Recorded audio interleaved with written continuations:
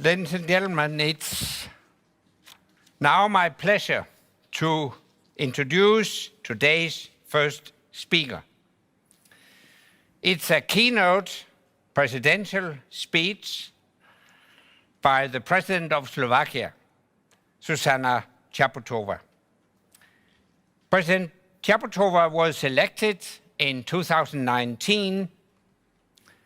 Prior to that, she had a background as a lawyer, taking on cases of public good and with local communities.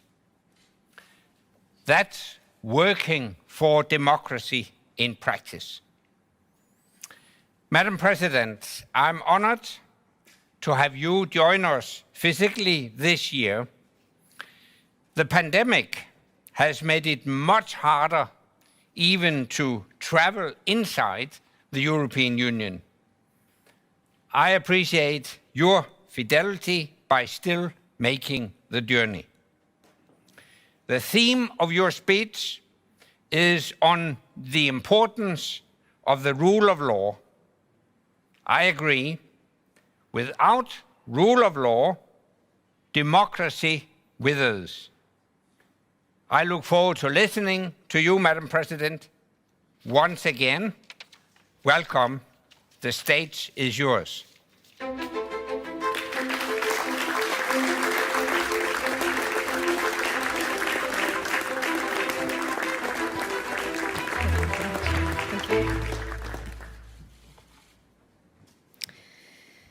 Dear Prime Minister Rasmussen, dear Anders, thank you.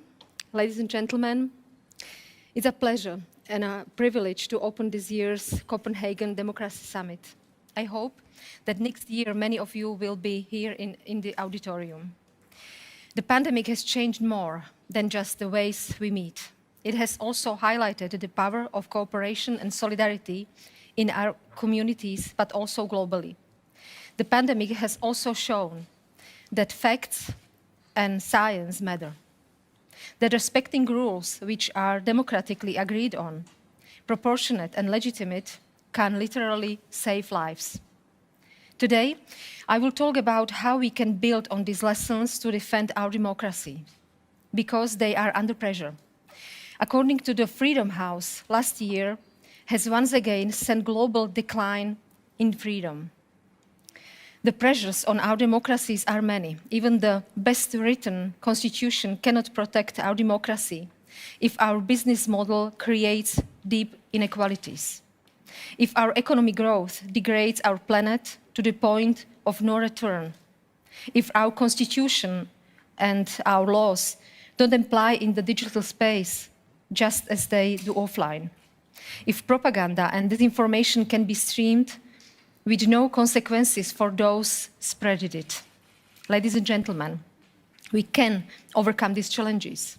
We can strengthen our democracy. I would like to offer a few ideas on how we can do it together.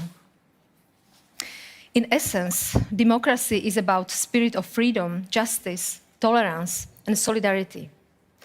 And these are bound together by the rule of law. In short, democracy is about everyday respect for the rules, not about bypassing them. It's, in the end, about responsibility. That responsibility lies on each and every one of us. Democracy cannot be put on an autopilot. It requires engaged citizens and healthy debates, where everyone feels their opinions are respected, even if these opinions diverge.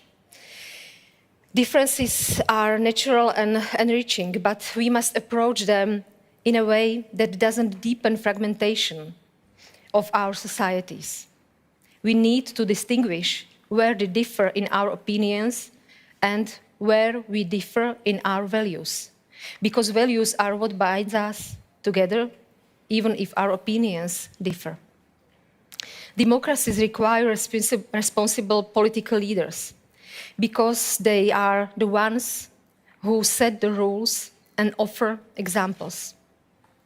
They choose responsibly whether to highlight what divides us or focus on what unites us, whether to act inclusively or exclusively, whether they choose to tell the truth, even if it's unpopular.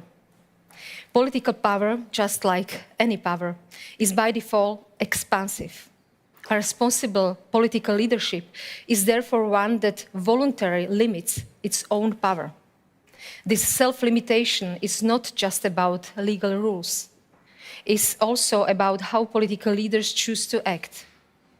Yet individuals alone cannot safeguard our democracy and the rule of law. We need three essential lines of defense: independent institutions with responsible public officials, active civil society, and the free media. They are the pillars our democracy stands on, and they act as correction mechanism. If one of them fails, the others will step in. This also what happened in my own country, Slovakia. When corrupt interests try to capture our police or the judiciary, the civil society and media, as well as ordinary citizens, mobilize to protect them.